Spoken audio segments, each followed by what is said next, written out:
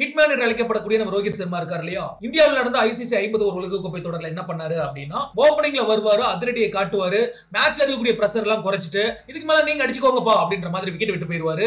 அதே மாதிரி தான் இந்த சாம்பியன்ஸ் டிராஃபிலையுமே பயங்கரமான தொடக்கம் கொடுத்துக்கிட்டு இருக்காரு. மனச 2027 வரைக்கும் இருந்தாலே போதுமே, அந்த ஒரு வேர்ல்டு கப் ஒரு கை பாத்திரலாம் அப்படின்ற மாதிரி ரசிகர்கள் அவரோட காத்திருக்கும் போது இல்லங்க, இந்த சாம்பியன்ஸ் டிராஃபி தான் ரோஹித் சர்மாவுக்கு கடைசி ஐசிசி ஈவென்ட் அப்படின்ற மாதிரி சஞ்சய் மஞ்சரேக்கர் மிகப்பெரிய குண்டை தூக்கி போட்டிருக்காரு. ஓகே, என்ன நடந்திருக்கு அப்படின்றத பத்தி டீடைல்டா பார்க்கலாம். சொந்த மண்ணில இந்திய அணி நியூசிலாந்துக்கு எதிராக டெஸ்ட் தொடரை இழந்தாங்க. அதற்கு பிறகுதான் ஆஸ்திரேலியாவுக்கு போனாங்க, பார்டர் கவாஸ்கர் டிராஃபில விளையாண்டாங்க. அங்கேயுமே படுதோல்வி அடைஞ்சாங்க, அந்த தொடரை இழந்தாங்க. அதை விட முக்கியமான விஷயம் என்ன அப்படின்னா, வேர்ல்ட் டெஸ்ட் சாம்பியன்ஷிப் இறுதி போட்டிக்கு இந்தியாவுக்கு முன்னேறக்கூடிய வாய்ப்பானது கிடைக்கல. இந்த நிலையில தான் இப்ப இந்தியாவுக்கு ஒரே டார்கெட், சாம்பியன்ஸ் டிராஃபியை தட்டி தூக்கணும். அந்த மனநிலையில தான் தொடர்ந்து இந்திய அணி விளையாடிக்கிட்டு இருக்காங்க. இன்னைக்கு ரொம்பவே முக்கியமான போட்டி, இந்தியாவும் பாகிஸ்தானும் அதிரடியா விளையாடிக்கிட்டு இருக்காங்க.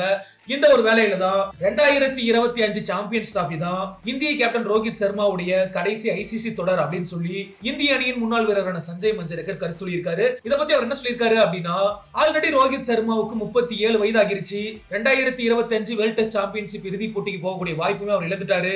இப்ப இருக்கக்கூடிய சூழல்ல 2025 சாம்பியன்ஸ் டிராஃபில மட்டும்தான் அவரால் முழுமையா பங்கேற்க முடியும். ஏன்னா T20 ஃபார்மேட் கிரிக்கெட்லயுமே T20 வேர்ல்டு கப்போட அவர் ஓய்வு அறிவிச்சிருக்காரு.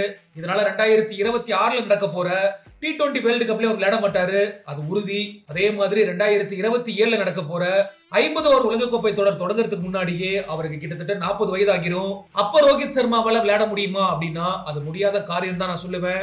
என்ன பொறுத்தளவுக்கு இப்ப நடந்துட்டு சாம்பியன்ஸ் டிராஃபி தொடர் தான் ரோஹித் சர்மாவுக்கு கடைசி ஐசிசி தொடர் அப்படின்னு சொல்லி திட்டவட்டமா சொல்லியிருக்காரு இந்திய அணியின் முன்னாள் வீரரான சஞ்சய் மஞ்சரேக்கர். இந்த ஒரு சாம்பியன்ஸ் டிராஃபில ரோஹித் சர்மாவோட இன்டென்ட் எப்படி இருக்கு அப்படின்னா, 2023 உலகக்கோப்பை தொடர்ல இந்தியாவில என்ன பண்ணாரோ அதேதான். அவருக்கு இந்த 50 அடிக்கணும், செஞ்சுரி அடிக்கணும், ஒரு மைல் ஸ்டோனை தொடணும் அப்படிங்கறதெல்லாம் கிடையாது.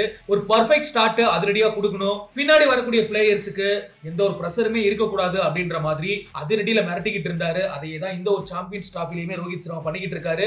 இதையே ரோஹித் சர்மா தொடர்ந்து பண்ணாலே போதும், இந்த சாம்பியன்ஸ் டிராஃபியுமே இந்தியா தட்டி தூக்கலாம் அப்படிங்கறத உறுதியாவே சொல்லலாம்.